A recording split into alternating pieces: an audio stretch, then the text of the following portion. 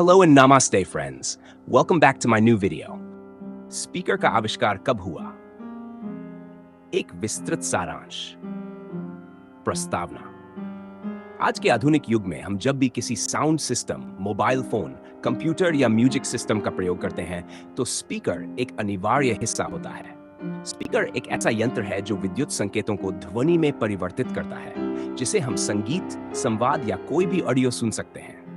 लेकिन क्या आपने कभी सोचा है कि इस अत्यंत उपयोगी यंत्र का आविष्कार कब और कैसे हुआ? इसका विकास कैसे हुआ? आइए इस लेख में हम स्पीकर के इतिहास, विकास और इसके आविष्कार की पूरी कहानी को विस्तार से समझते हैं। स्पीकर का प्रारंभिक विकास। स्पीकर के आविष्कार की जड़ें 19वीं शताब्दी के उत्तरार्ध में जुड़ी हुई हैं, जब ध्वनि और विद्युत संकेतों के बीच संबंध को समझने और उसे नियंत्रित करने के प्रयोग शुरू हुए थे। टेलीफोन के विकास के साथ ही स्पीकर तकनीक का भी जन्म हुआ। अलेक्जेंडर ग्राहम बेल और टेलीफोन। 1876 में अलेक्जेंडर ग्राहम बेल ने टेलीफोन का आविष्कार किया। इस उपकरण में ध्वनि तरंगों को विद्युत संकेतों में बदला जाता था और फिर उसे पुनः ध्वनि में परिवर्तित किया जाता था। टेलीफोन में एक प्राथमिक स्पीकर जैसी प्रणाली का उपयोग हुआ था, जिसे रिसीवर कहा जाता था। यह रिसीवर विद्युत संकेतों को यांत्रिक कंपन में बदलकर उन्हें सुनने योग्य ध्वनि बनाता था। यहीं से स्पीकर तकनीक की नींव पड़ी। विद्युत स्पीकर का आविष्कार आधुनिक स्पीकर 1877 में जर्मन वैज्ञानिक एर्नस्ट सीमेंस ने पहला सिद्धांत प्रस्तुत किया, जिसमें उन्होंने एक विद्युत चुंबकीय स्पीकर का वर्णन किया। इसमें विद्युत चुंबक और कंपन करने वाला एक झिल्ली डायाफ्राम होता था, जो विद्युत संकेतों के आधार पर ध्वनि उत्पन्न करता था। इसे ही डायनामिक स्पीकर की प्रारंभिक अवधारणा माना जाता है। हालांकि सीमेंस का मॉडल व्यावसायिक रूप से प्रयोग में नहीं आया, लेकिन उन्होंने एक ठोस वैज्ञानिक आधार प्रदान किया, जिससे आगे स्पीकर तकनीक विकसित हो सकी। प्रथम व्यावसायिक स्पीकर 1915 पीटर जेनसन और एडविन प्रिधम। 1900 में पीटर जेनसन और एडविन प्रिधम नामक दो आविष्कारकों ने मिलकर पहला व्यावसायिक स्पीकर बनाया, जिसे उन्होंने मैग्नावॉक्स नाम दिया। यह एक डायनामिक स्पीकर था जो बड़ी आवाज में ध्वनि उत्पन्न करने में सक्षम था। उन्होंने इस स्पीकर का उपयोग सार्वजनिक भाषणों में किया।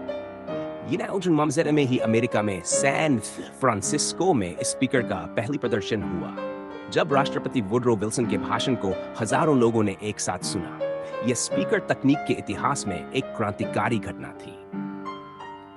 डायनामिक स्पीकर का विकास। 1980 के दशक में सुधार और व्यावसायीकरण। 1980 के दशक में डायनामिक स्पीकर तकनीक में और सुधार हुए। कंपन, झिल्ली, विद्युत चुंबक और ध्वनि गुणवत्ता को लेकर नई तकनीकों का समावेश हुआ। इन स्पीकरों को रेडियो, ग्रामोफोन और सिनेमा में इस्तेमाल किया जाने लगा। बायस, रेडियो और सिनेमा में उपयोग। स्पीकर का सबसे व्यापक प्रयोग रेडियो में हुआ। 1980 में जैसे जैसे रेडियो प्रसारण लोकप्रिय हुआ, वैसे वैसे स्पीकर की मांग भी बढ़ने लगी।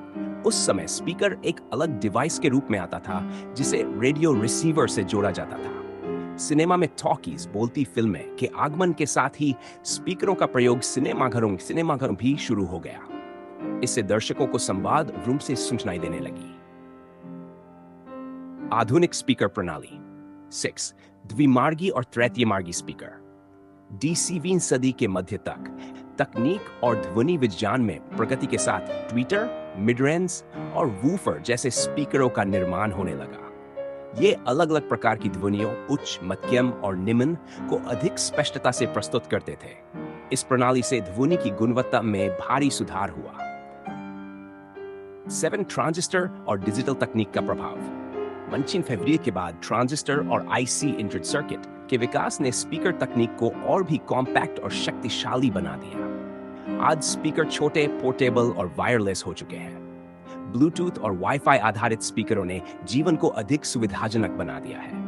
निष्कर्ष। स्पीकर का विकास विज्ञान, ध्वनि तकनीक और इलेक्ट्रॉनिक्स के क्षेत्र में कई दशकों तक चले शोध और नवाचार का परिणाम है। अलेक्जेंडर ग्राहम बेल के टेलीफोन रिसीवर से लेकर पीटर जेनसन और एडविन प्रिधम के मैग्नावॉक्स तक, और फिर आधुनिक ब्लूटूथ स्पीकर तक, ये एक लंबी यात्रा रही है। आज स्पीकर न केवल मनोरंजन का हिस्सा है, बल्कि शिक्षा, संचार, चिकित्सा और औद्योगिक क्षेत्रों में भी इनका प्रयोग हो रहा है। यह कहना अतिशयोक्ति नहीं होगी कि स्पीकर का आविष्कार मानव सभ्यता के सबसे उपयोगी तकनीकी आविष्कारों में से एक है। मुख्य बिंदु संक्षेप में 1876 अलेक्जेंडर ग्राहम बेल का टेलीफोन, ध्वनि से विद्युत संकेत का प्रयोग। 1877 एर्नस्ट सीमेंस ने विद्युत चुंबकीय स्पीकर का सिद्धांत प्रस्तुत किया। 9 वेनिसिड पीटर जेनसन और एडविन प्रिधम ने पहला व्यावसायिक स्पीकर बनाया, मैग्नावॉक्स। 1930 रेडियो और सिनेमा में स्पीकरों का व्यापक उपयोग। 1950 वर्तमान डिजिटल, पोर्टेबल और वायरलेस स्पीकरों का युग। अगर आपको यह जानकारी उपयोगी लगी हो तो इस वीडियो को लाइक और शेयर जरूर करें ताकि और लोग भी इसके बारे में जान सकें। अपने विचार और अनुभव कमेंट में जरूर बताएं। हमारे चैनल को सब्सक्राइब करना न भूलें और बेल आइकन दबाएं